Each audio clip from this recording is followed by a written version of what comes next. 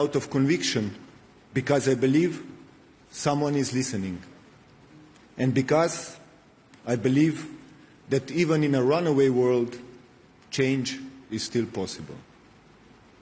As a Slovenian and as a European, I believe in Europe, united, resilient, democratic, and just. A Europe that leads not only with influence, but with principle. That defends the truth, protects the vulnerable, and knows that real dialogue begins with decency and respect. This is the Europe we must build, and we should have started long time ago. But now we can wait no longer. Before I close, let me take a moment to thank my extraordinary team, perhaps even more stubborn than I am, and all our friends and partners, old and new. Your dedication and trust give this forum its strength and meaning. With that, I officially open the 20th anniversary of the Bled Strategic Forum International Conference. Thank you very much.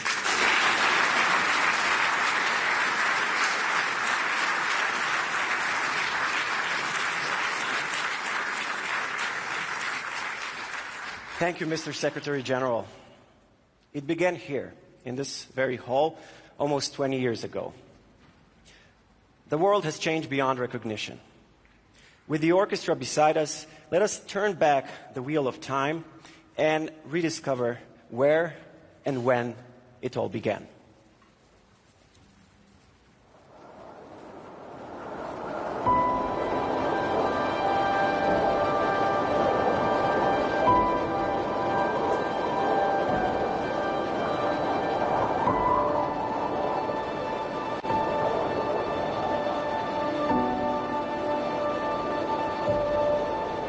Imagine you could travel back in time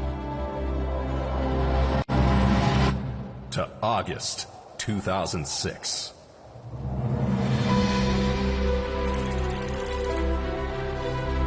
There were 1.6 billion fewer people living on Earth, and the global economy was less than half the size it is today. Only 17% of the world's population had access to the internet. Today, nearly 70% are connected to the web. Back then, a relatively unknown network called Facebook was only open to college students in a handful of countries. And Twitter, an obscure website, had only been made public a month earlier. The European Union that had just welcomed 10 new member states would add another 3 over the following decade. And, for the first time in its history, see a member leave the Union. Carbon dioxide emissions were 27% lower than they are today. As a result, we have now, for the first time in human history, crossed the critical threshold of 1.5 degrees above pre-industrial levels. In 2006, people would not have understood words like iPhone, hashtag, unfollow, and crowdfunding, which were yet to be invented. Several extraordinary discoveries in science were still to come to light. Few foresaw that within 2 years, the world would plunge into the greatest economic and financial meltdown since the 1930s, only to be eclipsed in just over a decade by the Great Shutdown, caused by a global outbreak of a new disease. Old conflicts would continue, and new ones would erupt. At the same time, huge steps were made towards solving seemingly unsolvable challenges.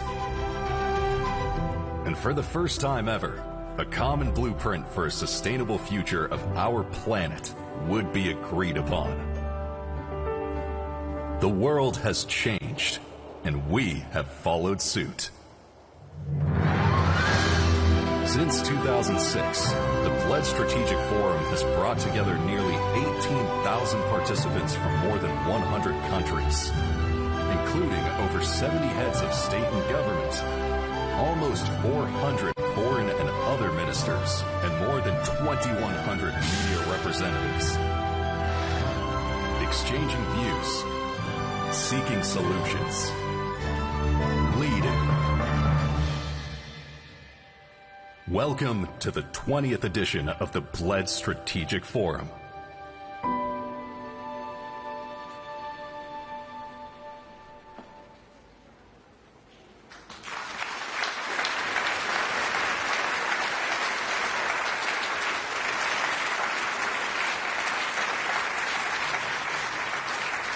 As we turn from reflection to leadership, it is my honor to welcome on stage Deputy Prime Minister and Minister of Foreign and European Affairs, Ms. Tanja Fajon.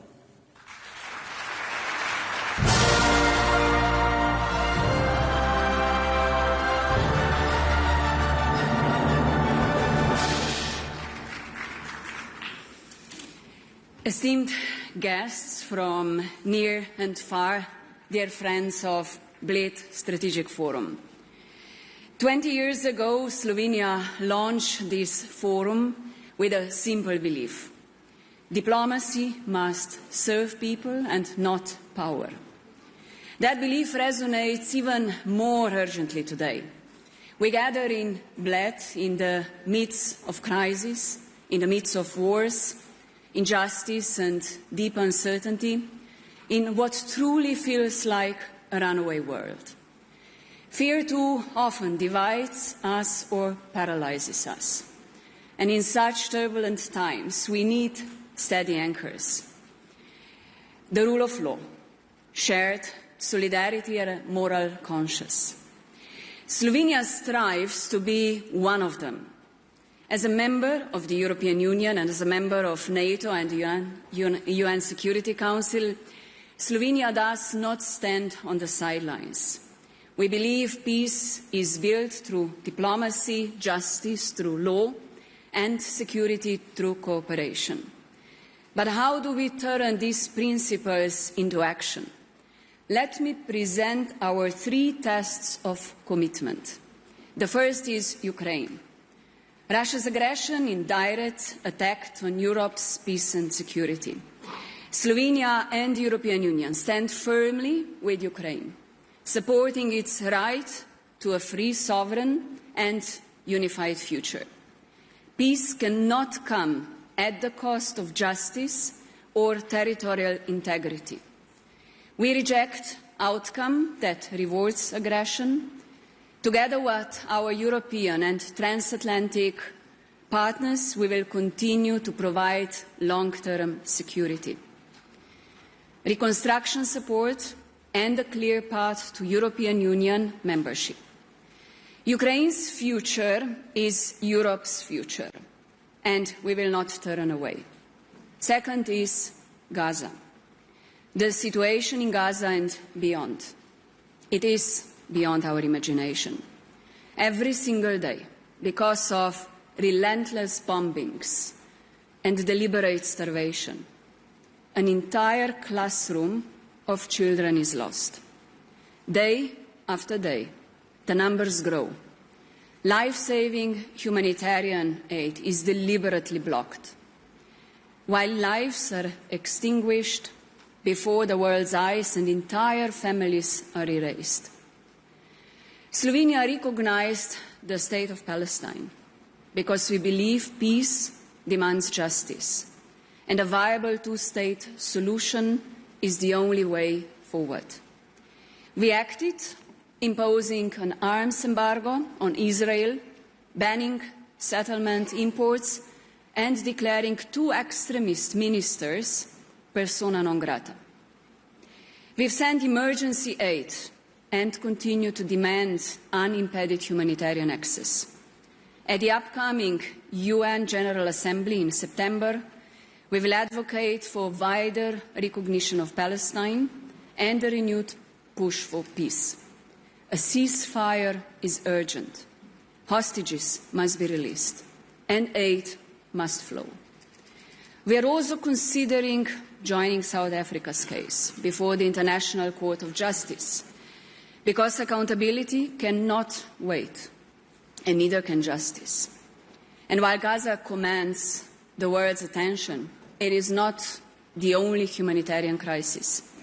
From Sudan to other regions torn by war and hunger, millions more are suffering, often in silence. Finally, we turn to the Western Balkans. Enlargement is not a favor. It is a geostrategic necessity. The region must pursue reforms that strengthen democracy, the rule of law and human rights, while the European Union must honour its commitments. We commend peaceful civic demonstrations, including in Serbia, as vital expressions of European aspiration. In Bosnia and Herzegovina, the strict enforcement of court rulings is essential to uphold the rule of law and ensure accountability. Investing in youth is essential to create opportunities that counter the lure of emigration. Slovenia remains committed to fostering dialogue and advancing a future where the Western Balkans, alongside with Moldova, Ukraine, is fully integrated in Europe. Peace is no longer threatened only by bullets. It is also under attack from lies. Democracies cannot survive without truth, yet today disinformation, foreign interference and the misuse of artificial intelligence are eroding our trust, distorting reality and weakening democratic institutions from within. As a former journalist myself, I have seen how dangerous the collapse of shared truth can be. In this environment, we must urgently restore effective multilateralism, choosing cooperation over confrontation, reform over deadlock, and human dignity over manipulation. And peace must be inclusive. Women, so often the first to suffer in conflict, must also be the first to shape its resolution. Slovenia remains a committed champion of the women, peace and security agenda. So how do we, friends, resolve all these crises? First, we must unite Europe and our NATO allies behind a bold and principled global role. Second, we must restore effective multilateralism, a UN Security Council that acts decisively and not stalls. Third, we must uphold international law consistently without double standards. And fourth, we must choose truth over fear, justice over silence, and people over power. And as a foreign minister, I have seen the quiet strength of diplomacy, of building trust, seeking political solutions and listening with intent. Even a small country can make a meaningful difference when it stands firmly for international law and acts with principles in times of crisis. Today, over 120 armed conflicts are raging around the world, while Europe faces economic uncertainty with projected growth of just 1.1% in 2025 and 0.9% in the euro area. And this volatile global landscape, Europe must rise not just as an economic actor, but also as a force for principle. And the EU may not be a traditional military power, but it possesses immense influence. The influence of values, diplomacy, law, and example. And that influence is strongest when rooted in unity, especially among neighbours. Slovenia's close cooperation with our neighbours, Italy, Austria, Croatia and Hungary, all fellow EU members, shows how regional trust can strengthen Europe's global voice. And we must now use the influence more boldly to defend truth, support peace and strengthen global cooperation. In a world that often seems to be spinning out of control, principled leadership matters. And Slovenia is proving that even a small country can lead, and with courage, with conscience, and a steadfast commitment to justice, human dignity and international law. And we will continue to do so, and I invite you all today and tomorrow to embrace our brainstorming activism of the Bled Strategic Forum and take an active role in shaping solutions that can make a world a fairer and a safer place. Thank you so much for being here.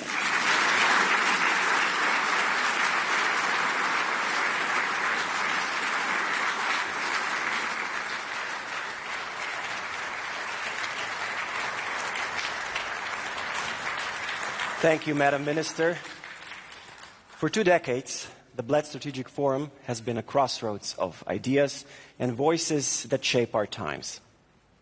Let us now look back at some of the faces that have stood on this stage and at the numbers that tell the story of a world growing, changing, and struggling.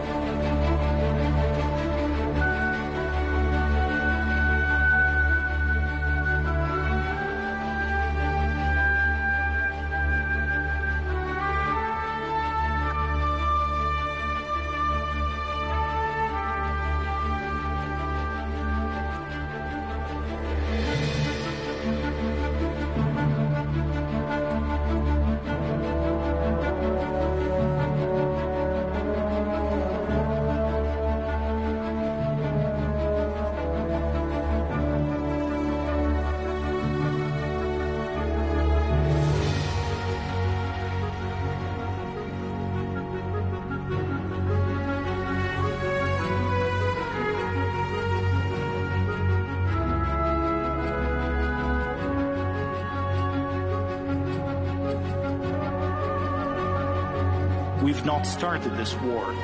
We are defending our territory and we want to restore the territorial integrity. I believe we must be ready on both sides by 2030 to enlarge.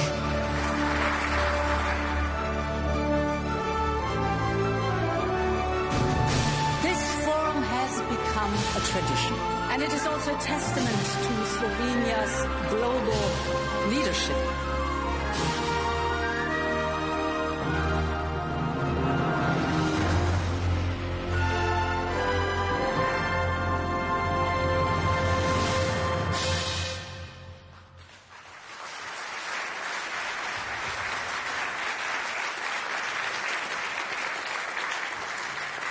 Dear guests, before we set sail on new discussions and build on the legacy we have just revisited, it is my honor to invite to the stage the President of the Republic of Slovenia, Ms. Nataša Pirc-Musar.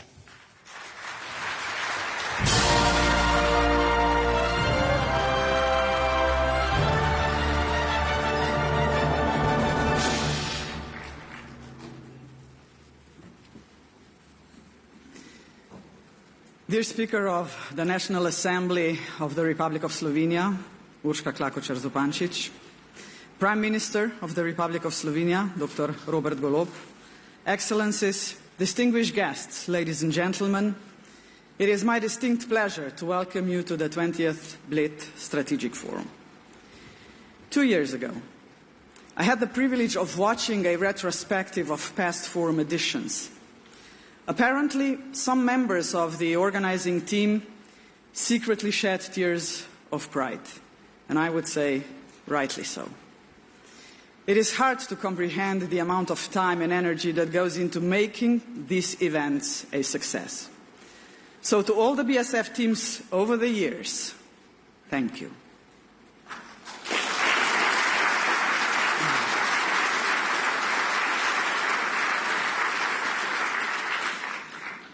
Much has changed in the last 2 decades. the glory days are over for our continent. Europe is no longer the global political and economic heavyweight. Nevertheless, countries across the world, big and small, want Europe as a reliable partner.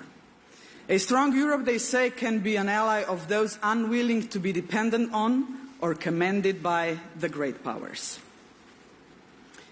It is an honor to see the rest of the world wanting Europe to remain a vital player in international relations. However, we risk the opposite by giving it to politicians and political parties who prefer a weaker, less interconnected and less inclusive Europe. They believe bilateralism dwarfs multilateralism. They reject the very values on which European integration rests. Today, it is therefore more important than ever to discuss these values, the values that makes us human. It frightens me to say, but I must. 25 years ago, the European Union adopted the slogan, "United in diversity." Yet today, I fear we are not even close to making this commitment a reality. Instead of unity, we drift towards disunity. Ladies and gentlemen, is this how we wish to cooperate with and compete against the great powers? I hope not. I hope Europe will become a respected player in the international world stage. I hope that geopolitical discussions and decisions affecting Europe are not and will not be made without Europe. And I hope Europe continues to stand firmly behind the central premise of the epilogue to the war of aggression against Ukraine, that no decision about Ukraine's future are made without Ukraine. Ladies and gentlemen, Europe will only be competitive if we learn to set aside our differences and self-interests for the success of the Union and all its citizens. This will only be possible if we believe in Europe as an economic and political project that everyone understands and supports. In such a Europe, we will not question democracy as a way of life. We will take the single market seriously. We will care for the poor, the elderly, and the vulnerable. And we will know how to fight for our interests as Europeans. Then there is diversity. There can be no respect for a diversity without basic human rights. That, however, is not the case. 70 years after the integration began, and 35 years since the Cold War ended, skepticism about human rights is spreading. Xenophobia and intolerance towards those who are different or think differently are major challenges. So are the denial of women's rights, marginalization of minorities, scapegoating of migrants, and alarmingly, support of genocidal and apartheid policies. Excellencies, esteemed guests, only 80 years have passed since the end of the Second World War. Only 80 years. And we already seem to have forgotten how vital human rights and dignity are for civilization and social progress.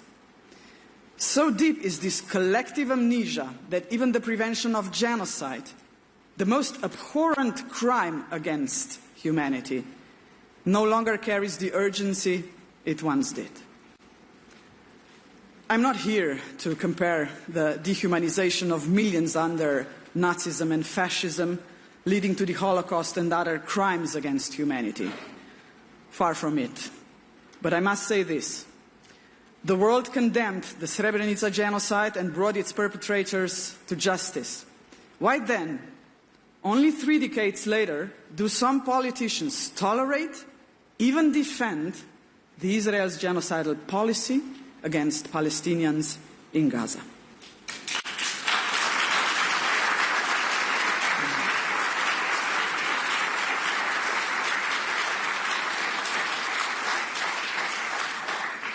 The international community resoundingly condemned Hamas's terrorist attack in October 2023. How come? We have no such consensus when it comes to people living in Gaza. How can it be that there are still politicians, including in European Union member states, who tolerate that most people in Gaza have been displaced multiple times? That more than 90% of homes are damaged or destroyed? How can they accept acute shortages of food, water, fuel, medicine, and shelter? Or reports of Israel negotiating with South Sudan to transfer people from one war-torn land at risk of famine to another? Or the fact that humanitarian workers and doctors themselves are starving while trying to help those in need? How can they not be moved after the news hit the world that the Gaza City and surrounding areas are now, ladies and gentlemen, officially under famine? Distinguished guests, these are not rhetorical questions. As human beings, we must ensure that the Gaza Strip and the West Bank never fade from the political spotlight from several reasons. Firstly, because through our dealings with Gaza, we reveal who we are. Gaza has become a symbol of our attitude towards atrocities worldwide. If we cannot address Gaza, what legitimacy do we have to confront gross violations of human rights anywhere else? Secondly, because our handling of Gaza reflects our understanding of humanity. When Europe advocates human rights as universal values, do we truly mean it, or are they merely a tool for dominating political discourse? Thirdly, because humanity is indivisible. We are rightly united in strong condemning Russia's aggression against Ukraine. We stand with the Ukrainian people and support the principle of territorial integrity. We cannot allow a country to seize another country's territory just because it can. We cannot allow people to be killed merely for defending their country against an aggressor. In Ukraine, we defend international law and humanity. Values and norms are values and norms, everywhere, for everyone, also in Gaza.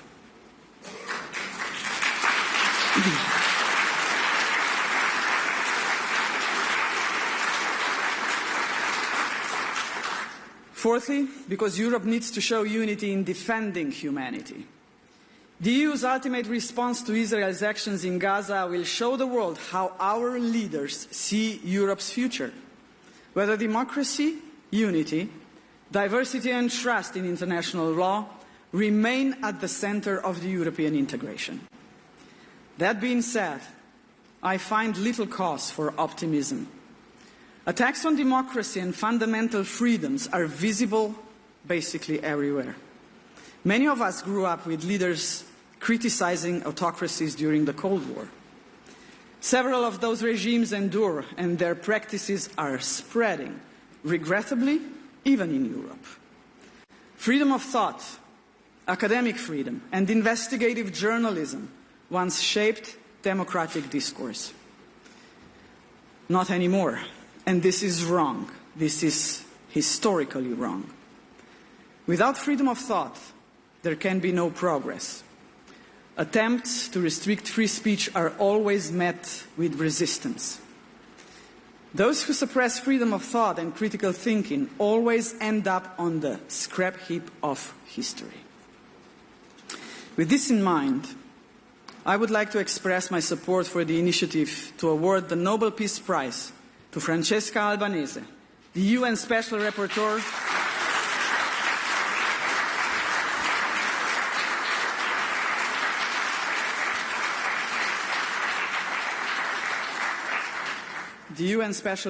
on the West Bank and Gaza, and to the doctors caring for the people of Gaza. They deserve recognition.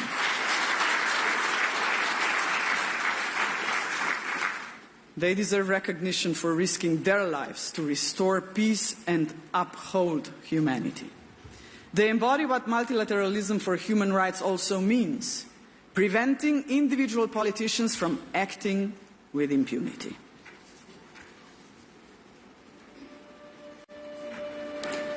Dear friends, we cannot stand by and watch history unfold without us. We must not let cold pragmatism drain the soul from Europe. Now is the time to speak truth. Bold, unwavering truth to power. To bring the united in diversity back to the very heart of the European dream in an enlarged European Union. Human rights and human dignity flourish in a world that is stable and just. But it's in times of crisis and uncertainty that the true test begins. The test of our courage, our conviction, our willingness to stand firm and defend our values. Now is the time to raise our voices, not in whispers of compromise, but in a thunder of determination. Let us reject those who bend their values to the winds of profit and personal gain. Let us fight for a Europe that speaks out loudly through every multilateral forum, against injustice and exclusion, against every crime against humanity, and for every silenced voice. Ladies and gentlemen, as leaders, we shape the future, a path towards democracy, prosperity, and peace, or a spiral into fear, crisis, and war. This is our moment to choose the side of history we will stand on. Billions, ladies and gentlemen, billions depend on our choice. We Slovenians believe in justice, and we have no doubt. We stand firmly and proudly on the side of humanity. Thank you.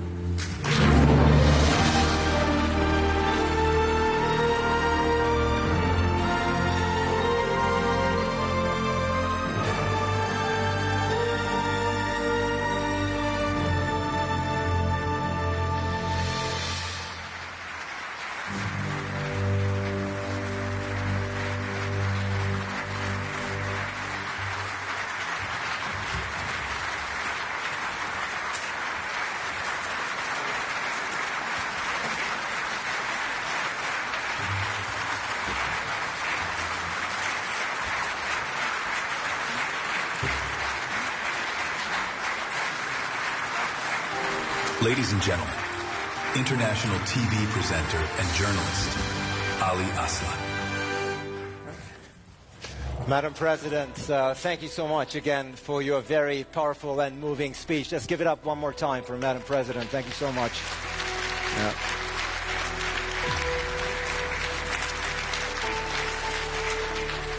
And thank you, of course, for a wonderful opening to the Bled Strategic Orchestra, ladies and gentlemen. Wonderful. Thank you so much.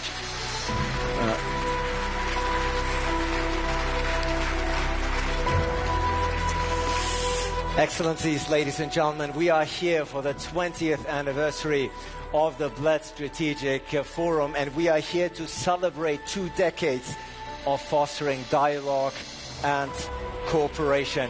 You've seen in the videos the humble beginnings of this conference, and looking here into the audience, you can with confidence say that the Bled Strategic Forum has turned into one of the most prestigious and important conferences, not only in this region, but all around the globe. Congratulations to Tanya Fayon and congratulations to Peter Gierk. Once again, this is your applause.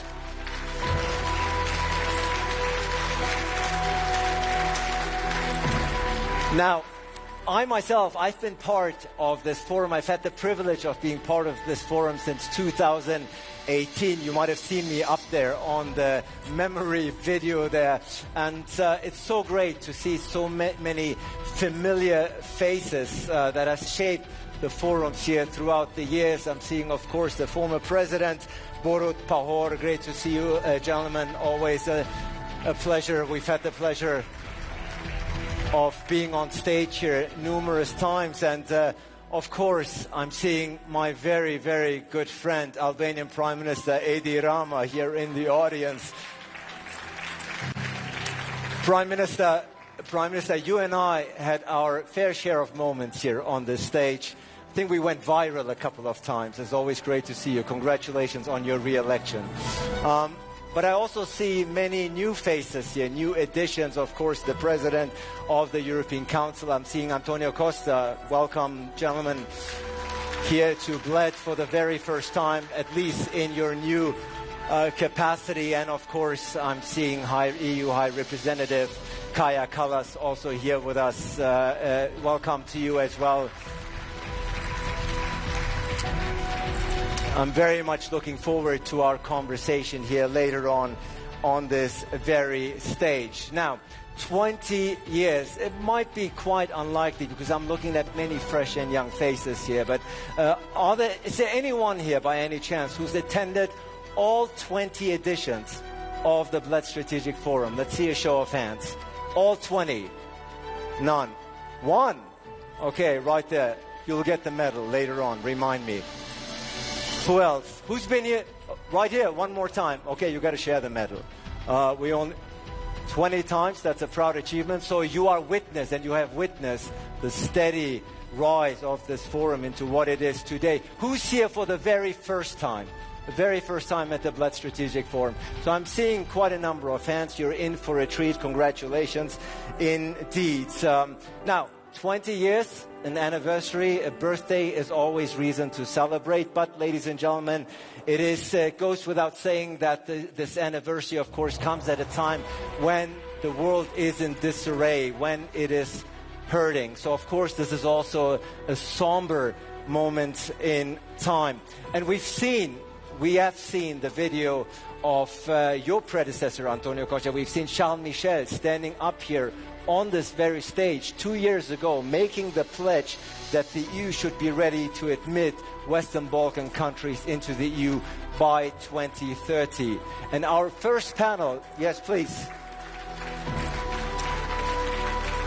The Bled Pledge, if you will, the Bled Pledge, as we call it, as the organizers call it. And in the very first panel, in the opening panel here of today, we want to see what has remained, if anything, of the Bled Pledge. Is it a dream or is it a reality? I'm very much looking forward to a very powerful panel. The first panel, as you know, traditionally here at the Bled Strategic Forum always focuses and looks at current events and developments in this region, in the Western Balkans. Certainly no shortage of topics here to be discussed during the first panel, which is being set up right behind me. As you can see, I'm very much looking forward to a very, very powerful panel here in Bled. 20th anniversary, that is quite an achievement. And while the chairs are being set up, I'm very delighted to call up one by one the distinguished speakers of the opening panel, once again titled The Bled Pledge, a Dream or Reality? The first speaker, of course, we've heard from the Foreign Minister, we've heard from the President. Now I'm delighted to welcome to the stage the Prime Minister of Slovenia. Please welcome Robert Golob.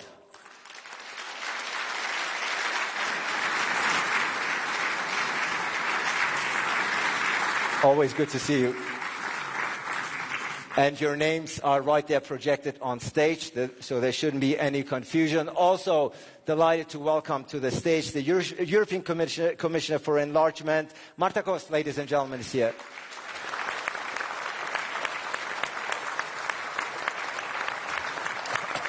Commissioner, wonderful to have you. We will see what remains of the Bled Pledge. Yes. Very much looking forward to your remarks. Very delighted to welcome to the stage a gentleman who needs no introduction to the Bled Strategic Forum. He's a very regular face here, year in, year out. The Prime Minister of Croatia, Andrej Plenković, ladies and gentlemen.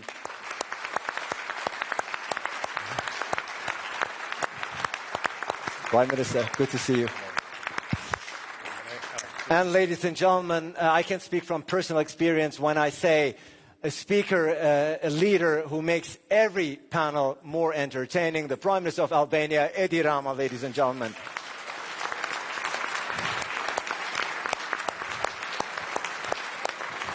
So you are staying with me here. Stay with me here or not? No, not this year. Not this year, Edi Rama, for good reason, I believe. But I'm delighted to see you back. And last, but certainly not least, delighted to welcome to the stage the Prime Minister of Montenegro, Milojko Spajic, ladies and gentlemen.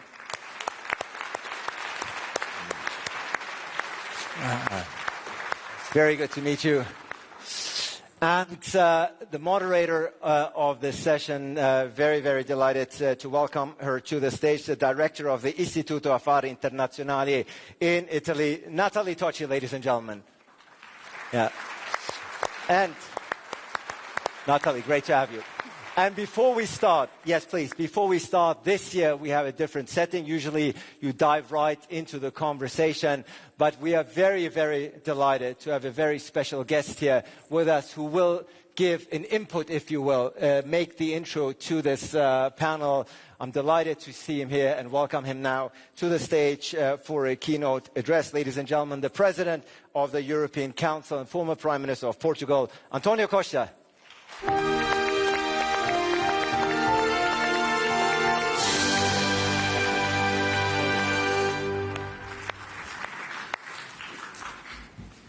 Madam President, dear Robert, dear Eddie, Mr. Prime Minister, dear Andrei, Marta, let me begin by expressing my sincere thanks to our Slovenian hosts for their generous hospitality and for once again making Bled a place where Europe gathers not only to reflect, but to think strategically, challenge assumptions and shape the future. And congratulations for this 20th anniversary. At this critical moment, as the tectonic plates of global order continue to shift, allow me to speak frankly about three things. First, the main events that shaped this summer. Second, what the European Union stands for, and third, how the European Union can become stronger and safer in today's world. In what the European Union is concerned, this summer was defined by two important developments. The European Union-United States Framework Trade Agreement and renewed diplomatic efforts surrounding the war in Ukraine.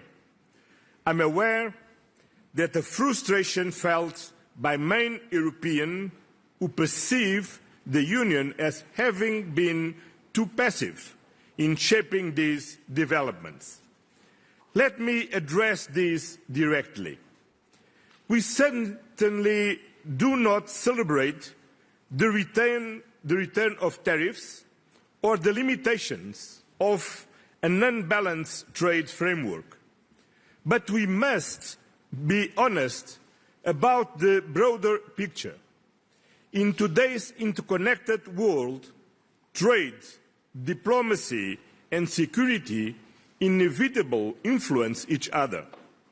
Trade is one dimension of our relationship with the United States. Security, especially during a war on our doorstep, is an existential concern.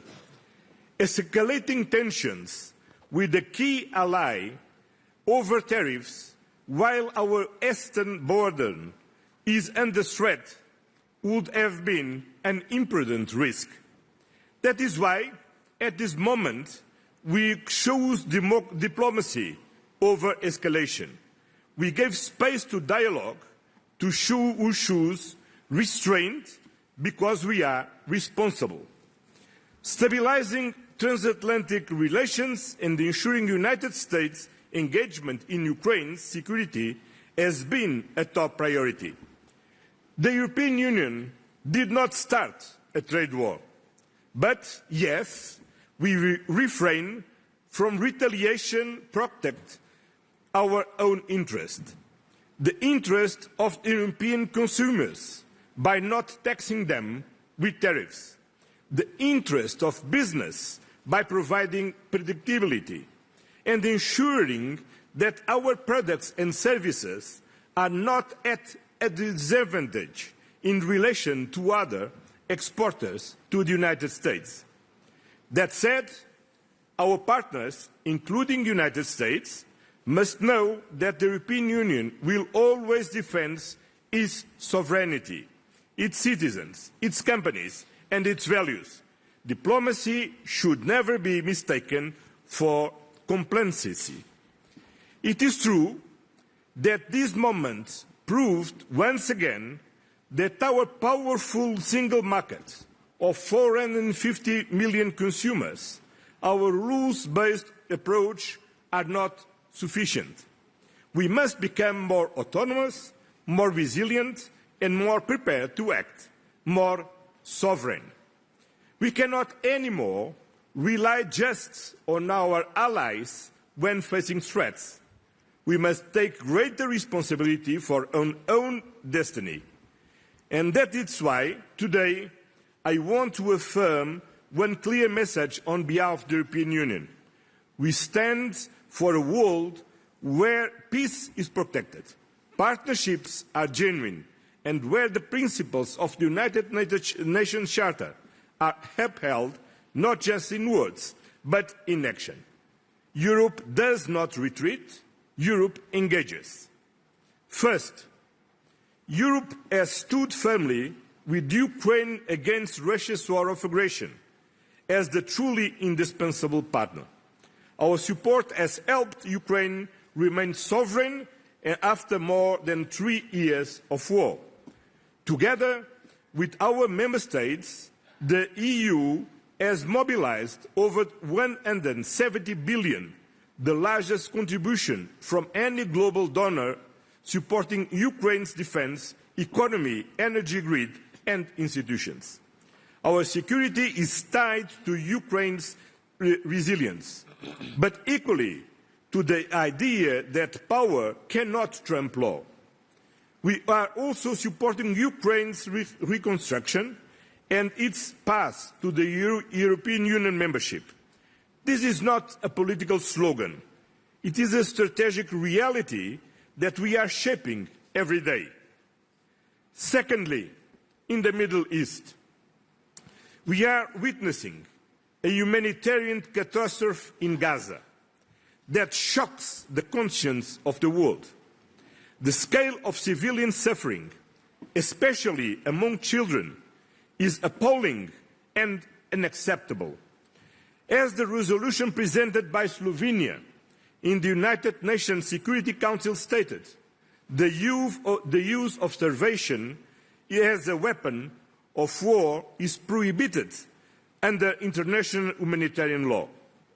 Regrettably, while supported by 14 out of 15 Council members, this resolution was blocked by the United States. The European Union has consistently condemned the Hamas terrorist attacks of October the 7th and continues to call for the unconditional release of all hostages. At the same time, the right to self-defense does not justify the indiscriminate destruction of civilian infrastructures or the collective punishment of an entire population. We must be unequivocal. International humanitarian law applies to all parties. We are deeply concerned by actions that threaten the viability of a future Palestinian state, particularly the expansion of settlements in the West Bank and the ongoing displacement in Gaza. These developments risk undermining peace and destabilizing the broader region, and for sure our friends from Egypt and Jordan can explain here very clearly. We therefore call for an immediate and sustained ceasefire, an unhindered humanitarian access, a halt of illegal settlement activity, and a renewed international commitment to a two-state solution. The European Union remains the leading donor of humanitarian aid to Palestinian people. European funding has kept hospitals, schools and institutions running, providing more than 450 million since the start of this war. We are actively supporting diplomatic efforts, and Palestinians' representatives must obviously be allowed to participate in international fora, including or especially the United Nations General Assembly and the upcoming conference on the conflict. The Palestinian people deserve peace, dignity and statehood, and that this is also the most sustainable path to the security for the Israeli people. We believe both are possible, but only if we act together, engaging more actively with our partners in the region and speaking with one strong European voice. And let me be clear, unanimity in the common foreign and security policy is not a right to veto, but on the contrary, the special responsibility for each member state to build compromises in the spirit of loyal cooperation. Thirdly, geopolitical naivety is over. That is why we are massively increasing our defense investments to reinforce our own security, strengthen our industries and create jobs across Europe. This will also enhance our credibility and influence on the global stage. Peace without defense is an illusion. Soft power alone is not enough in a world where hard power too often prevails. In the meantime, contrary to the worst predictions, we have succeeded in keeping the United States engaged in NATO and committed with Europe's eastern security. Diplomacy still works and the transatlantic bond holds. The United States accounts for 20% of our exports and 13% of our imports.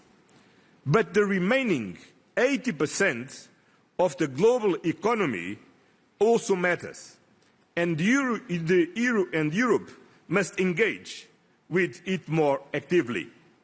That is why we are building stronger trade and industrial partnerships across the globe.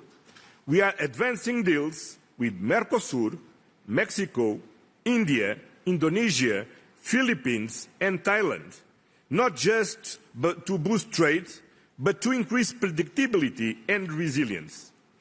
Diversification makes our supply chains more secure and reduce strategic dependencies, especially in critical raw materials. Our updated global gateway strategy is expanding our cooperation across Central Asia, the South Caucasus, Latin America and Africa. It is a trade and investment agenda based on sustainability, digital innovation, labour rights and climate alignment. Because trade deals, not tariffs, deliver real benefits for countries, companies and citizens. Europe remains a reference point, not through coercion, but through example. For decades, the European Union has helped lift millions out of poverty and has stood for development, democracy and peace. Our soft power is not naive, it's necessary. In the fragmented world, our contribution is needed more than ever. And finally, let me conclude by addressing our own future. The European Union is not a closed club. We are a community of values and a project of peace and prosperity. And that project is not yet complete. The accession path of the Western Balkans, Moldova and Ukraine are not just promises. They are priorities. These countries are at the heart of Europe and they are part of Europe's future. In the coming years, we must prepare the Union for enlargement through reforms, budget adjustments and strengthened governance. Enlargement will not be easy, but it will be worth it. It is the best investment we can make to reconcile nations and histories and to build a more united continent. We will continue to work with all accession partners and take advantage of its positive momentum on enlargement. The European Union's growth plan for the Western Balkans is a potential game changer, offering financial support and incentives for reforms, regional cooperation and economic integration. We must not lose this momentum. All leaders must do their part. All parties must take responsibility, because this is not about geography. It is about values, democracy, human rights, freedom, rule of law. This enlargement presents a significant challenge for the European Union and its member states, but is even more demanding for the Western Balkans countries. And the greatest difficulty is not the required reforms or the negotiation of various chapters and clusters. The real challenge lies in adopting a new culture mindset, overcoming historical conflicts in order to build a shared future. Ladies and gentlemen, in today's fragmented world, the European Union chooses to act, not through power alone, but through partnership, principle and perseverance. We will stand with those who uphold international law, not with those who seek to dismantle it. We will keep building a stronger Europe, not for ourselves alone, but for the benefit of global peace, justice and cooperation. This is Europe's promise. This is Europe's purpose. Thank you very much.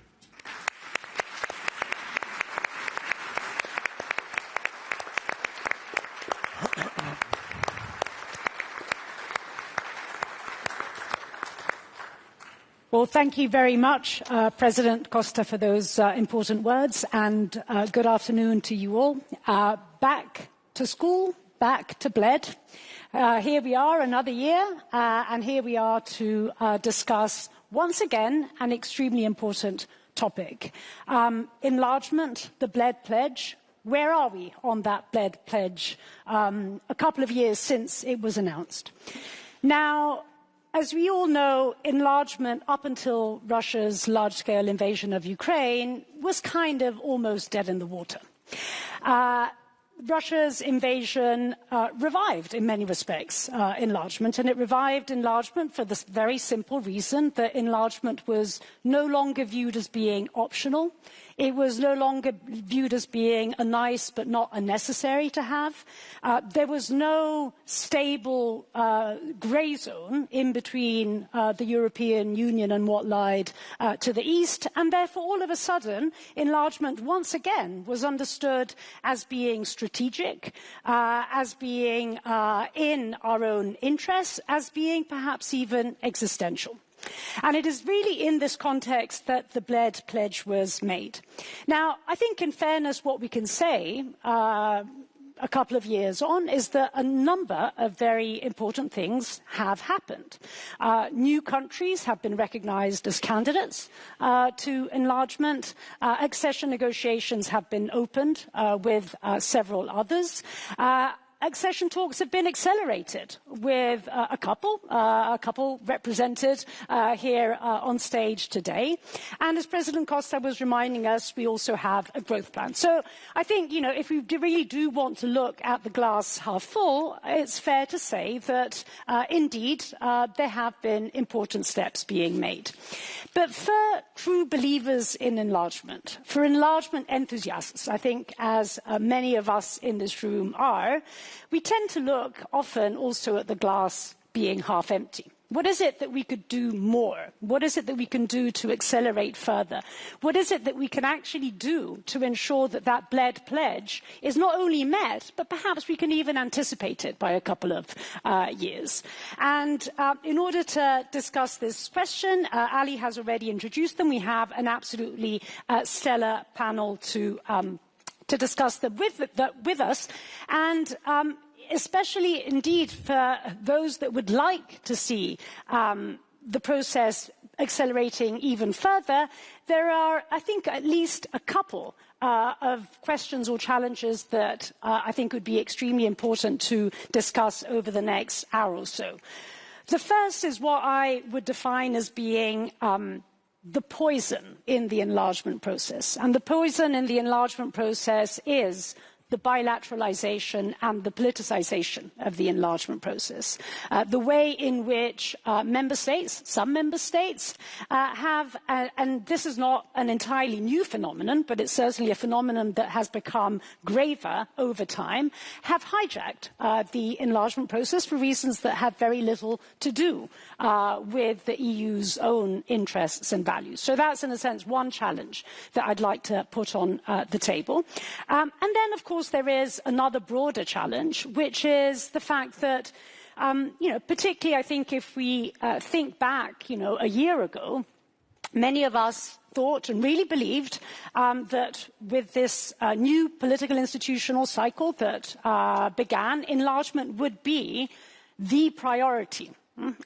It would really be up there in terms of what is it that the EU set out to achieve. And whereas, of course, it is a priority, the last year has inevitably perhaps seen a number of other important issues on the table. Defence, obviously, being one, the broader question of competitiveness, as President Costa was reminding us, obviously the trade issue and the tariff war with the United States. And so here we are in a situation in which glass half full, a lot has been achieved. Glass half empty, a lot more can and should be achieved. And so perhaps to kick us off with the discussion, Commissioner Kos, let me begin with you. You're also obviously a real believer in enlargement, and not only are you a believer in enlargement, but you're putting a hell of a lot of energy into actually making the Bled Pledge a reality. So let me perhaps begin by asking you, what is it that you can actually do, or we can actually collectively do, to make sure that enlargement is actually bumped up that list of priorities facing the European Union? Yes, indeed. I see the enlargement process as much more than making our European Union bigger in the number of square kilometers or in the number of people. For me, enlargement today is really what we have heard from the Slovenian president before. It is also a kind of unification of Europe, which we haven't had before in our history. And what can we do? It will be soon that I will be 1 year commissioner, and 3 more very much important points. First, the red line, what I see in my work, also working with the candidate countries, is the importance of leadership. It cannot be, the accession process cannot be successful if it's not led by the leaders, like we have Milojko and Edi today, who first believe themselves that the best for their country is the EU membership. They live this, they show this.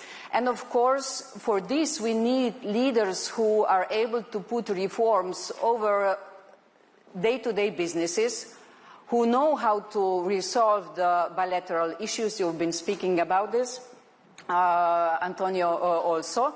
And third, who also understand, I call this the soft point, that it's their task to bring the people of their country to this so-called soft point when everybody will understand, indeed, it is moving and we are doing it and we are making it. The accession process is not only about what we do in Brussels or what the leaders do. It is about how public is supporting it, the parliament is supporting it, and civil society. First point. The second point is there are no shortcuts. You've been speaking about the pledge of Mr. Borrell. He was speaking about that 2 sides should be ready in 2030. the candidate countries, but also we. But in order that we will be able to accept the new member states, they have to deliver. So no shortcuts, meaning the rule of law, human rights, anti-corruption, free media are non-negotiable. So all this has to be fulfilled. The third important thing I would name is the geopolitics has changed. We are now confronted with the fact that they are, I call them, external disruptive forces who would like to see us fail. If I very simplify, in the past it has been, if a candidate country has fulfilled the criteria, it could enter. Now we have external forces who would like to see us, Europe, fail, and candidates too. We saw what happened in Georgia. We have a very important elections at the end of September in Moldova, where we see that Russia is really fighting against the present government who has chosen, and the people who has chosen the European path. Thank you so much, Marta, for this. And indeed, let me now turn to the candidate countries. And as I was hinting at earlier, both Albania and Montenegro, in fact, do represent, I think at this point in time, really the front runners in this process. And I think, really the countries that if we are to meet the Bled Pledge and do better, they are the ones that seem to be really quite well on the way.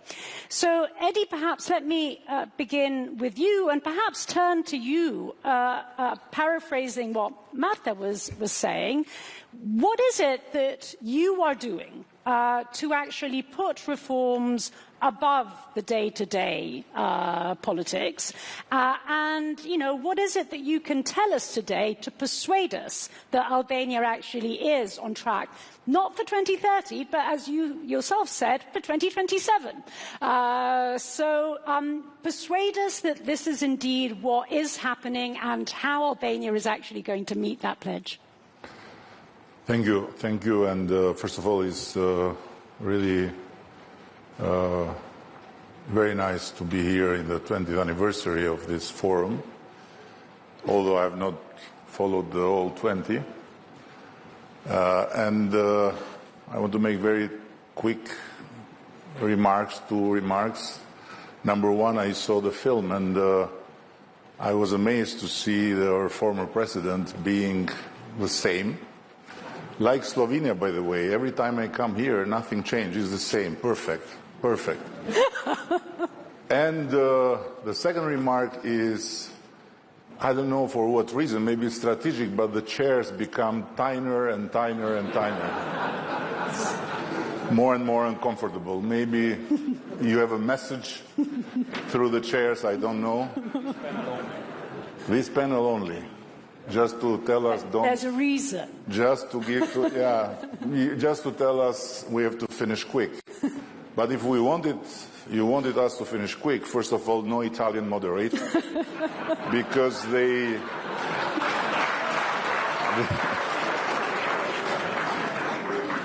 become the main player. And second, no Balkan people,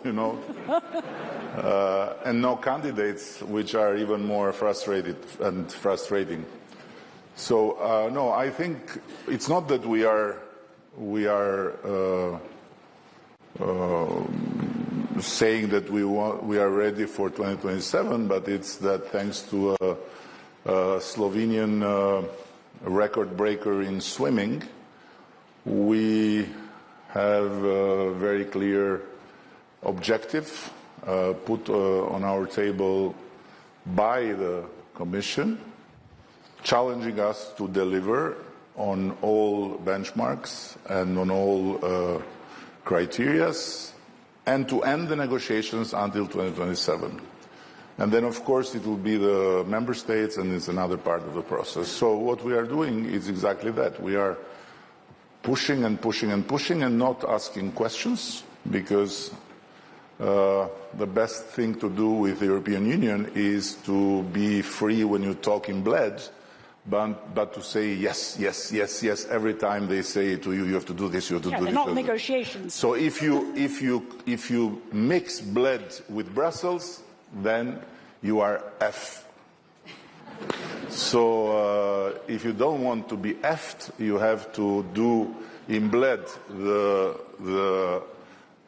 sharing of the vision and different opinions and everything you want to express, and then go to Brussels and simply be a very, very diligent student.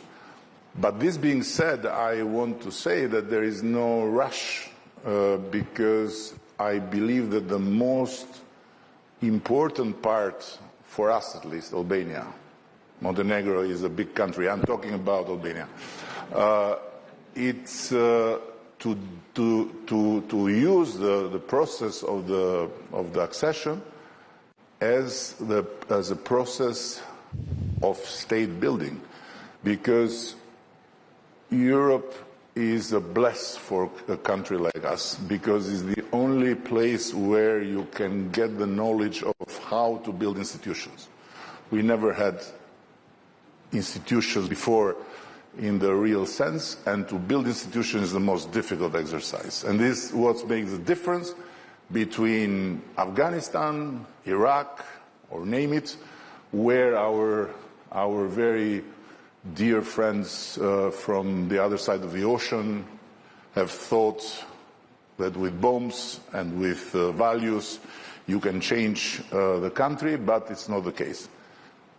What we have in Europe, although we got out of a history that was similar, very similar, Iraq, Afghanistan, whatever, in terms of lack of freedom, in terms of all brutalities, is the know-how of institution buildings. And so for this, I tell to everyone back home, we have to be diligent and to do the work. It's not something we necessarily like, you know. We don't necessarily like to have the traffic as perfect as in Germany, but we have to do it. And Europe is here to learn us, to teach us how to have traffic lights and how to have good circulation within the institutional life.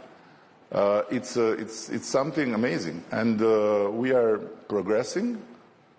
But beyond the leadership, I must say, in our case, the Albanian people, we are far from the second in terms of being Euro-optimistic, because we love Europe unconditionally, and although Europe has made us suffer a lot, we have the full conviction that we are going to marry one day. So finally they have cut some of the bullshit, which took for many years, saying we love you, but we are not ready to talk to you. We love you, but now they are talking. So there is a step further, as Marta says, I say is marriage-based, she says is merit-based, so we need to deserve the marriage, and we are working for it. Thank you, Eddie. And Milojko, let me turn to you on this. Tell us about your true love for the European Union. Tell us about what you are doing to persuade this at times rather difficult entity, animal, to indeed engage in marriage.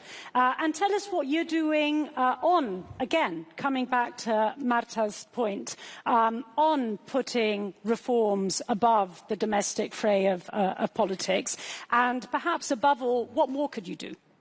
Well, first of all, yes, Montenegro, it is a small country in many ways, but it's one way, it's a very big one. And I thank Eddie for mentioning that, because I think Montenegro is the most ethnically diversified country in Europe, by far. We don't have ethnic majority.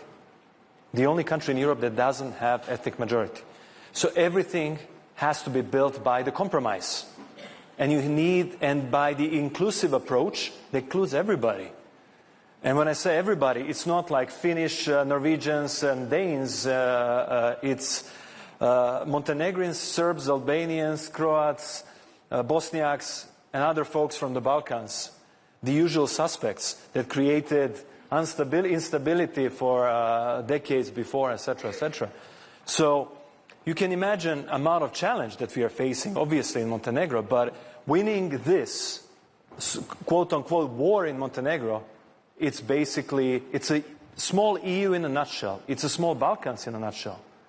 If we do this by values, and the way we are going to build a consensus is around European Union, obviously, accession, that's number one. Number two, it's about the economy. And number three is about the rule of law, treating everybody fairly and squarely, regardless of their ethnic background. And, this is what is really important, and I think we managed to do it to the big extent, obviously. In Montenegro now, within the majority, we have all the parliamentary Albanian, Serb, and Bosniak parties. That are obviously Montenegrins as well, but I'm saying those from the region, which was unthinkable before. Now we have them all in the government, in the majority, deciding together. And we just had only the Germans to be an EU. And Italians. A German minority there.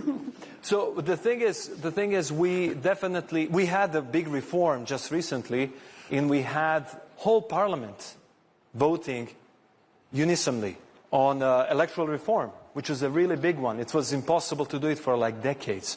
The same was about the Constitutional Court and many other reforms that we couldn't really do for decades. Now we can do all of these things with more than 2/3 of the majority voting in favor, because of these three things. And this is what unifies the country. And this is what should unify us all in the European Union as well. I lived more than a decade in Asia, in Singapore, Japan, China. I've been to India many times. I've been to Indonesia many times. And yes, Montenegro is ethnically diverse, but looking from that perspective, all of our differences, they are ridiculous. In Montenegro you have Bosniak, Serbian, Croatian, and Montenegrin language, which is basically completely interchangeable. We can understand each other completely. We basically eat the same food. Our culture is almost the same, or it is the same. The differences are tiny. And we make them so big because we focus on the past and we don't focus on the future. Right. It's about time we just focus on the future. Or we're going to be insignificant. We are becoming insignificant, but we are going to be even more insignificant if we don't focus on the future, if we don't focus on what's ahead of us, because Asia is focused. Very, very focused. Next 3-4 years are going to be monumental in terms of the change, the amount of change, the exponential change that's coming in the next 3 or 4 years in AI, in other big technologies. It's going to be monumental. We cannot miss this opportunity. So, yes, Europe is unified in our diversity. Great. Now let's move on and let's focus on the future. And we have to focus on some of the things that very smart people like Mario Draghi already made it for us. Let's remove the internal barriers. We're talking about, tariff barriers with the US. How about we focus on our own internal barriers? They're huge. Right. They're really preventing us from being really a single market. And I'm talking as somebody who is not even part of the single market. Yet.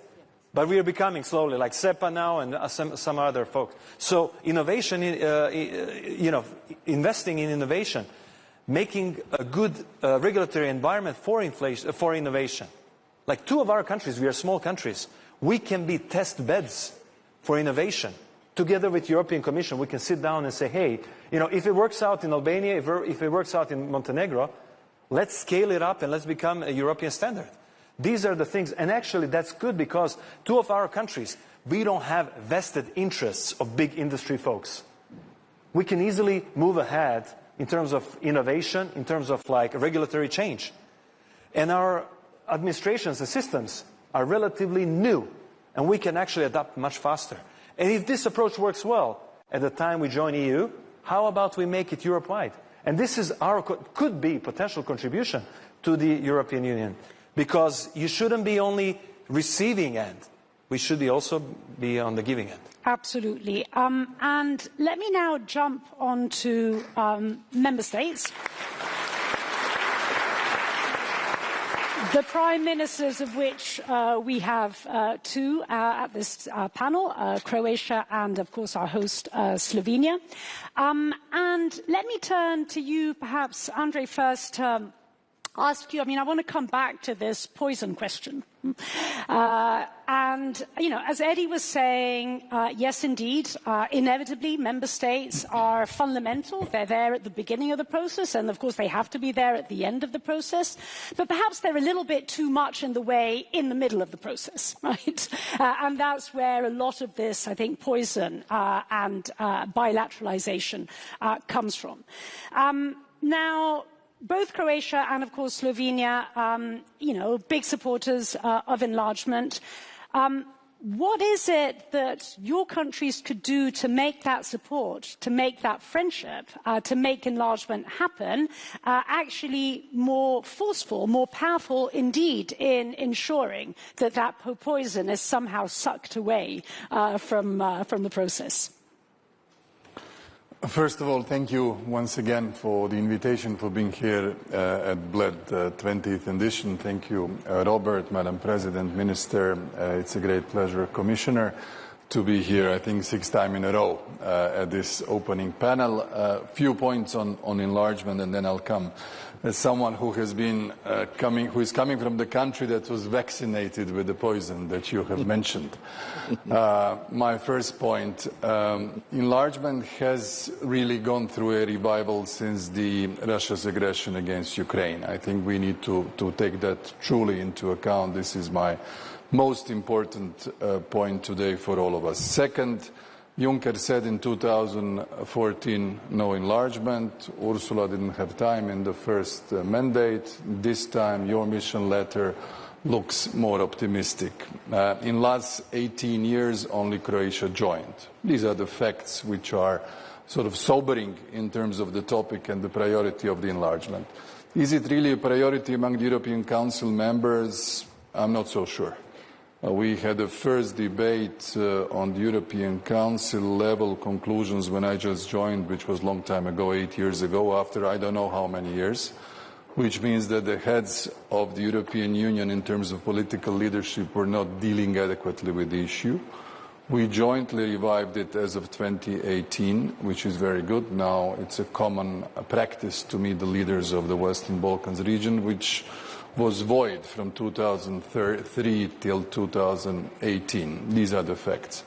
But the main point about the enlargement is, of course, the preparation of the candidate countries, the political momentum, that the critical mass of support exists, but the real issue is the decision-making process and the budget.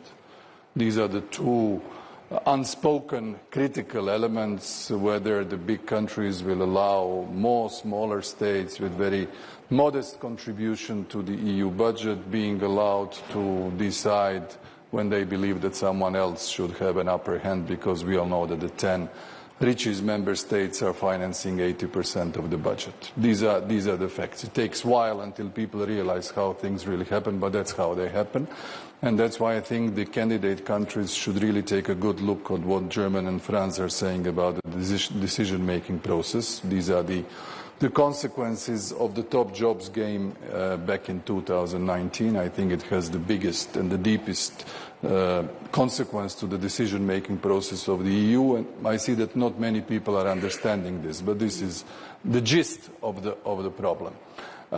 When it comes to the bilateral issues, well, I'm in Slovenia, I'll be very polite, let's say history is history, but putting bilateral issues into the accession process is not very healthy for the accession process. I will just say that we have a current situation with North Macedonia, which is very visible. For those of you who are younger, North Macedonia was more advanced than Croatia when we had the Zagreb summit in 2000. They initialed the association, the Stabilization and Association Agreement on the 24th of November 2000. I was there, so I remember that. And it's been 25 years. They haven't started properly the accession process, and we've been a member for more than 12 years. So a lot of things are ethically unacceptable, but they happen. And I think we should find a common strategy how to avoid this. I think there is a lot of maturity among most of the member states to not to do that, especially the whole QMB concept is being introduced, whether it's for enlargement, whether it's for foreign policy. And then again, you look at the smaller countries. If the QMB is installed, and since not everybody is behaving in the spirit that Antonio mentioned, and we know it, he is now the new master of 27-1 and the chairman's conclusions and all of the diplomatic nuances that we adopt, but that's the way it is. I have the feeling that many countries will never allow the consensus go away because literally they become overnight irrelevant in terms of decision-making process, and that's why this sort of scholarly or theoretical narratives, they just hit the hard reality when it comes to the statement's craft and what one should do and what one can do. So I think we should continue with the healthy and impulses that Marta is saying and help our friends to do the reforms. Unless both conditions are met, that the criteria are really fulfilled and the political momentum is created, there will be no enlargement. Very clear. We know it, and avoid all the poisonous elements as much as possible. Yep. If we behave in a poisonous manner, some countries will never join the European Union, and we are not behaving like that, on the record. Absolutely. Robert, let me turn to you now, and I think picking up some of the remarks that Andrei was making there, and if I could sort of sum it up, you basically have a situation in which there is, at times, a very small but very active and vocal minority that stands against. And in general, there is a very large majority that is in favour. But that large majority at times, and this is me adding to this, is at times relatively silent. I mean, at times, indeed, enlargement is not as much as a priority as we would like it to be. So the question really to me is not so much what is it that can be done to persuade that very small and vocal minority, but what is it that can be done to make that majority in favour actually make that majority less of an abstract majority and more of an active majority? So what is it that you think member states, including your own, could do? Okay, first, a big hello from myself as well to all the guests and the public. Many things have already been said, and what Andrei was explaining is how things work behind the scene at the European level. But I believe you're quite right when you say that majority of member states are, I would call them more or less not interested or neutral. Not interested, because it's a nuisance to them to deal with it. Right. So that having been said, there is only one path forward. For the candidates, being as proactive as possible, taking both Miloikos and Edi's stance, saying, okay, this is something that we need to do because it's good for our country, it's good for the institution building, it's good for economy, it's good for our self-esteem, whatever. And on the other hand, a lot of proactive moves and steps by commissioners, especially by Marta, in order to make the European, first Commission, but then also European Council, realize that we need to implement some changes. And we need to do them before 27, meaning we don't have much time to start implementing those measures. And it seems, at the first glance, it seems rather straightforward.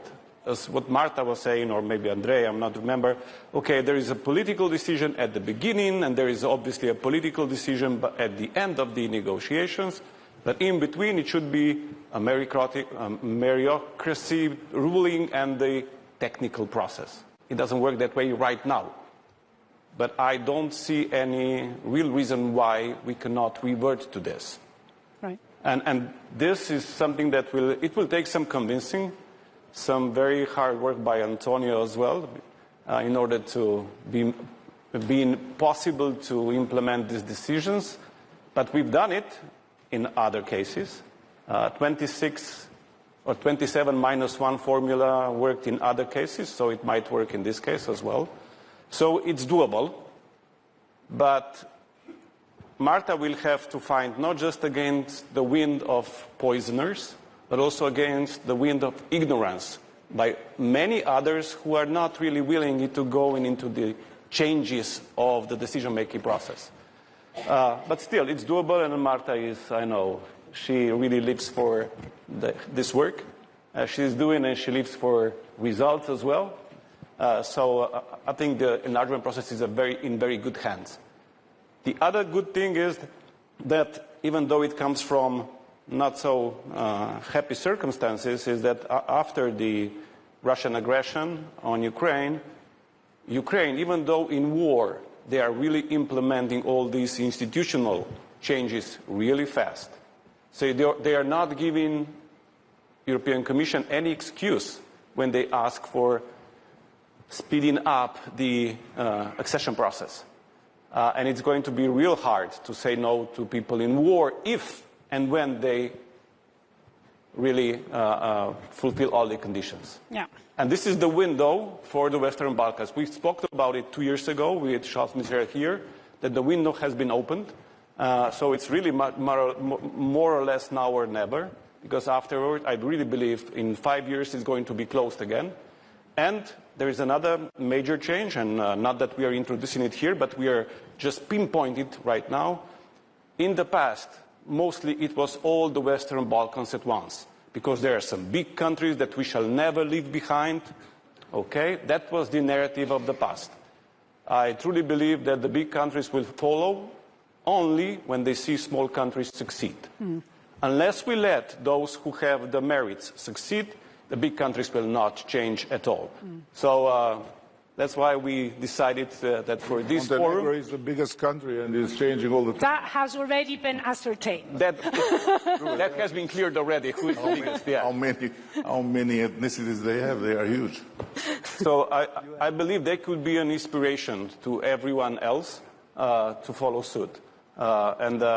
Yeah, I believe they're in good hands, and looking forward for 2 years from now to announce the results.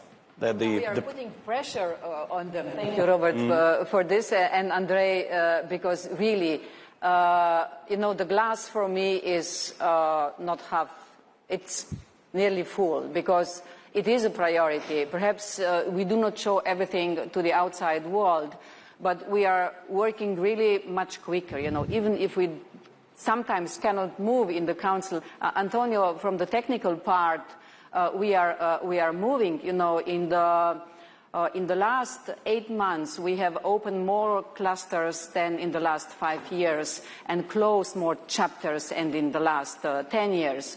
We will open 2 clusters more for Albania this year, so we already agreed with Eddie that we will celebrate first in Brussels, and then next year with a football match between candidate countries and member states in Tirana, and the president of UEFA will play with us, and perhaps some others too.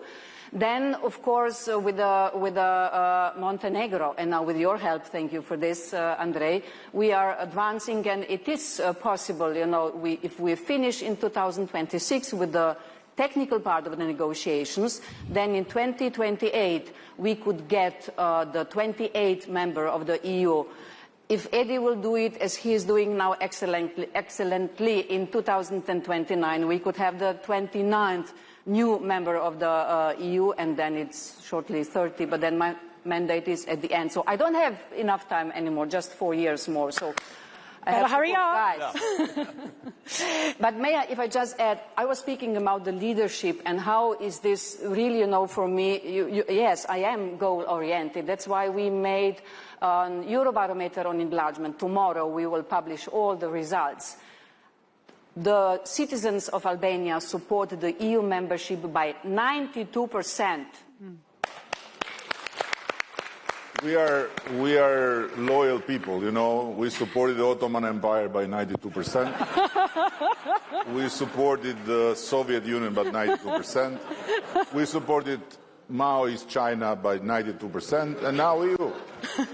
And our best is that even when they fail, we are with them until someone else comes. So when you will fail, we'll say no. We are EU. Full stop. Eddie, like the Japanese soldier in the forest. When you told me a few months back that more than 90% are supporting, I thought, gosh, you're going back to the communist times. But now we have the proof, and it is nearly 70% in Montenegro. What I want to say, if people do not believe and the leaders do not speak about how important this is and what it has to be done, you cannot get that much support for the EU membership. And you got it in Croatia, we got it in Slovenia. And from this aspect, really, it's not about the benchmarks. I agree, Antonio, with you and with the clusters and chapters. It is really about the leadership on both sides. But hang on a sec. I don't hang on because I am here to speak. You are here to moderate. Yeah, I have to moderate you. Moderate, okay. No, I just wanted to add something, but moderate. Okay, I'll moderate you and give you the word in a moment. In fact, I wanted to ask... I'm indulging just because we were your vassals once upon a time. There you go. That's right. That's the real reason they chose me. But I wanted to ask Andrei, and in fact you, Eddie, because your remarks, although they were not intended to do so, but they sparked a thought in my head. And that thought in my head is that as we meet here in Bled, others are meeting in China. And there is a different order, if you like, in the making, right? And there's a love fest going on as we speak between Putin and Xi and Modi and several other mostly rather unsavory characters. And so it's not as if this conversation is happening in a vacuum. I mean, it's not as if we will have forever. That window will be closing, and it risks closing even sooner than 4 years unless we actually do speed up. And so, Andrei, I wanted to kind of perhaps come to you and ask you to reflect and kind of put this discussion within that broader geopolitical context. And also, what is it that can be done in order to send the message to our own populations, be it in member states or be it, Eddie, in candidate countries, in American candidate countries, that actually this is a region that can add to the security of Europe? I fully agree with you that the world that we were living in a couple of years ago has so rapidly changed, and I would say irretrievably changed. This is the key new element when you look at the NATO Hague Summit decision commitment to 5% by 2035. Would have been unthought of a couple of years ago because everything was settled. We were sort of gliding towards the welfare state, and then there was a wake-up call in 2013-14, and then 2022 with Putin basically showing his cards and even showing them again after Alaska and after Washington. I think we need to be realistic. The attacks are going on Ukraine, and nothing has moved an inch towards some sort of concept of pursuing peace, so as to be very precise. The new alliances which are being forged by the biggest, largest, most numerous and economically very influential powers, not to mention nuclear powers, is critically important for the West. I mean, we are still in the phase after the United States presidential elections, in the phase of consolidating the transatlantic relationship, which is bumpy. Bumpy in security, bumpy in defense, bumpy in terms of multilateralism, bumpy in terms of respecting the international law. and bumpy in terms of trade relations, especially with the tariffs that are on the agenda. So the West, since we are old, the West needs a consolidation. The slower the enlargement, the more influential other actors will become in all of the countries of the Western Balkans. We are all being polite, but when you look at the harsh political reality, you have North Macedonia blocked, you have Serbia under more than 2 years of biggest and strongest and the most serious internal unrests and demonstrations at the verge of the civil war. Bosnia and Herzegovina with Dodik overstretching for years whether he will separate or not, hop, he's out. This is where we are today with Banjska that left without a serious remark or articulation back in 23 by anybody in the European Union. We pretended it didn't happen. These are the realities of where we are. So I think we should be really sober about the enlargement and the changing global context. I'm very much in favor of the enlargement. I think all the countries are doing a fair share of effort to join, but they need to stabilize politically. The numbers of political support are not enough. We also had big support before we joined. If I went now to a referendum, 50-50. 50-50. The narratives have changed. There are so many false information that is being spread around, and people, unfortunately, in the context of the technological revolution, tend to trust false information quite a bit. So it's a perennial battle for us to win the narratives, and we should also be realistic. This is part of the enlargement. The other are Ukraine and Moldova, both under active or frozen conflicts, both under war or occupation of part of their territory. This is where we are. These are the two closest to Cyprus situation that we have had, except that the ongoing Russian aggression is still there. So the topic is important, but it's so strained with all of these elements that we have to be realistic. One thing we have learned through our enlargement is we need to be very realistic. Eddie. Very realistic. Oh, sorry, it's stronger than me now because he mentioned Alaska. And as I am haunted by something I told here about Putin and the time zones, it got in my mind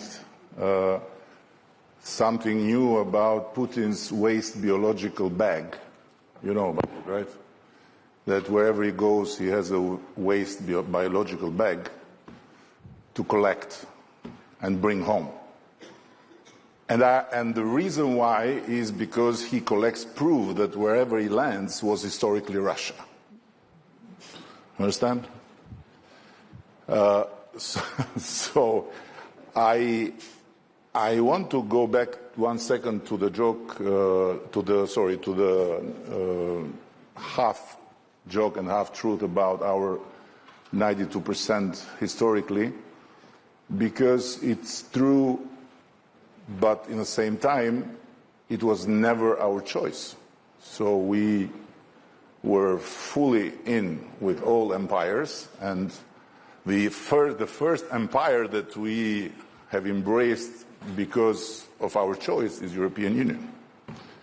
And we are very devoted to it.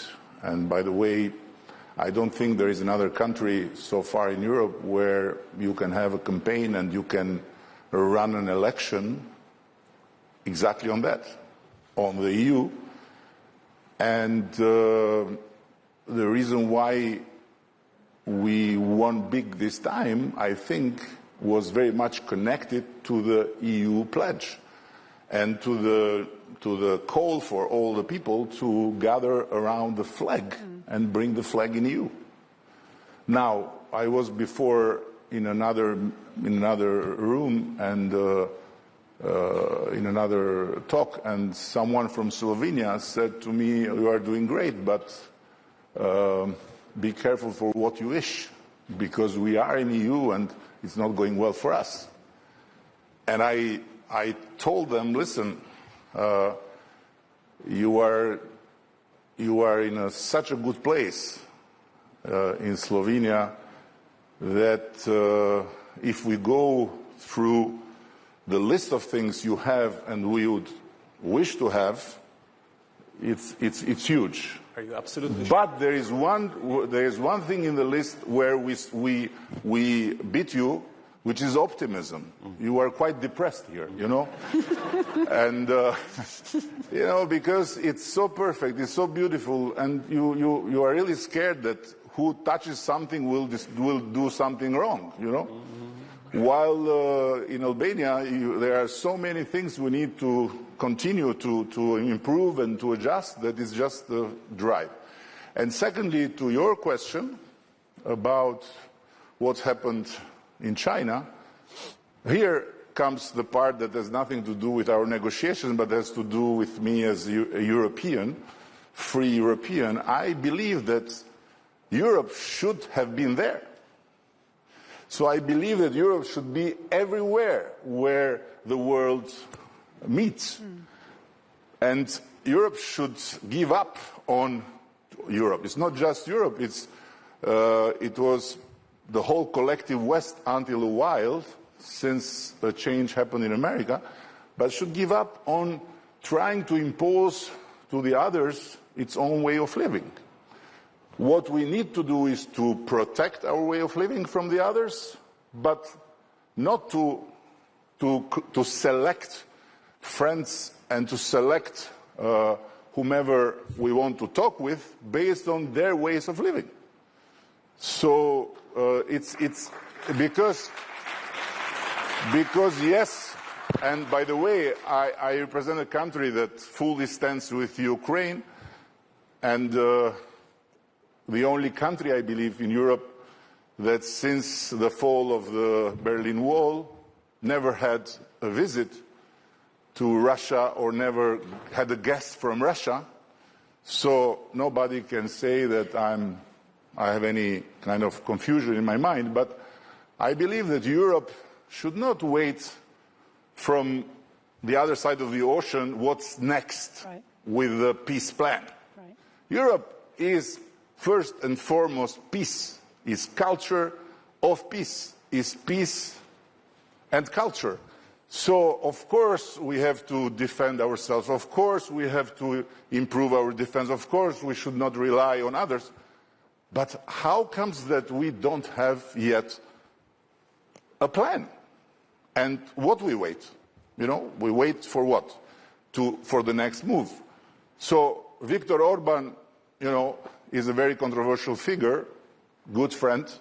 I appreciate a lot Antonio. I appreciate a lot Victor. I appreciate a lot of this gentleman here. And I don't base my appreciation on how much I agree or don't agree with someone, but how deep the conversation goes. And when he mentioned ceasefire some time ago, he was treated like a pest. He was treated like you know, like the waste biological bag, you know.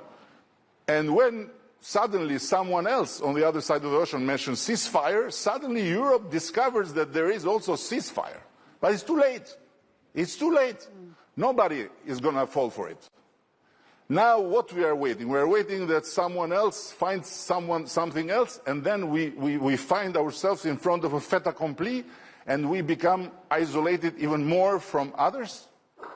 And to conclude, a very dear friend of all of us, I believe, from another country out of Europe, in the Middle East, asked me, have you counted how many friends you had before the war and how many you have since the war? And this is a question that we have to make, because we don't have any reason to not be proactive with all the forces that are out there, and to not have our own, like Antonio said, very rightly so, our own deals, our own communication. And when it comes to the enlargement, it's not, you know, it's not really what enlargement is to get Montenegro in. Even if Albania gets Montenegro in, it's not enlarged. It's practically from very small to too small. So what enlargement is to get Albania in? What enlargement? Enlargement. What enlargement? We both are like, I don't know. Our houses.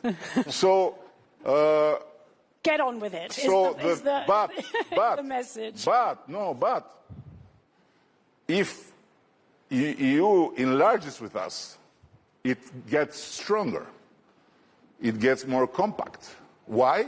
Because it doesn't leave a part of the body open for viruses, for microbes, for assaults, for infections, and so on. Exactly. And this is the point. So if tomorrow things go in a different direction, this will be a wound open in the middle of Europe. While if we are in, we are simply, closing a space where from a very little space it can become a big problem. And we are the only reality in the history of geography, I believe, that I'm talking wrong like an Italian. I have to prove you wrong, see? So we are the only reality in the history of geography who have two borders. I mean, the European Union has two borders. One outside border, like everyone else, and one inside border. And within the inside border is me and him, Now, what enlargement? Close this, get rid of this inside border. Single market, we entering in a single market will be China or Japan threatening Europe. Bring us in. Thank you, Eddie. And we bring some fun. We bring some fun, some optimism, some youth, some desire for life. Okay, we got it. Happy marriage, Prime Minister. I'm on a mission here to prove that you are wrong, not in what you just said, but in the fact that I'm an Italian moderator and you're a Balkan panel. I'm on a mission to prove you wrong, right? And so, prove me wrong. As in, not on what you just said, but on the fact that we have to end on time. And so, let me end with I can prove myself wrong all the time. A final question to Milojko and to Robert, and it's a very short and crispy one. Tell me one thing, just one thing, which you could point to when we meet again in 1 year. Here we are in a situation in which it's not a 50-50, glass half full, half empty, let's say it's a 2/3. No, I don't accept 50-50, so make it 70-30. Okay, 70-30? I want it to have an 80 or 85 next year. What is the one thing that should be done, can be done, and that you will do to make sure that we get to that 80-85% by next year? Milojko. Sorry, 80-85% of what? Of the glass being half full. Meeting the Bled Pledge. An attack from Russia to Montenegro will do it. And I want it in 30 seconds. Then we have a third world war, as Trump once said. Actually, getting Montenegro into NATO was one of his concerns in his first mandate. I'm joking. But it's because he doesn't know the size of Montenegro. This is the problem. No. He's probably very well aware of the size of Montenegro. But it's, I think, the economy. Going back to the basics, guys, the economy is all. It's how are we going to pay for defense? How are we going to pay for many other things? How are we going to keep the political support? Why you don't even need defense? If you are all occupied, you are occupied. No, hang on. We need a distinctly, I would say, different and better story on the economy by connecting the economy and real life of the citizens with all the geostrategic approach that we need to do. Like we need the real. The people have to see the economy improving. This is the key. Last word. You want a realistic answer? Yeah, but an optimistic, realistic answer. Okay, the optimistic is they're going to close a record-breaking number of chapters in the next 12 months. You all and they mostly. And Antonio will find a way how to reshape the decision-making process in order to bring them to the final decision on whether they can get in or not. Unfortunately, realistically, it's going to take 2 years. Okay, I can live with that. I can live with that. And being just, Eddie, 10 seconds late, I think that Ali will be back here to tell us what we have to do. Please join me in thanking this absolutely fantastic panel. Thank you.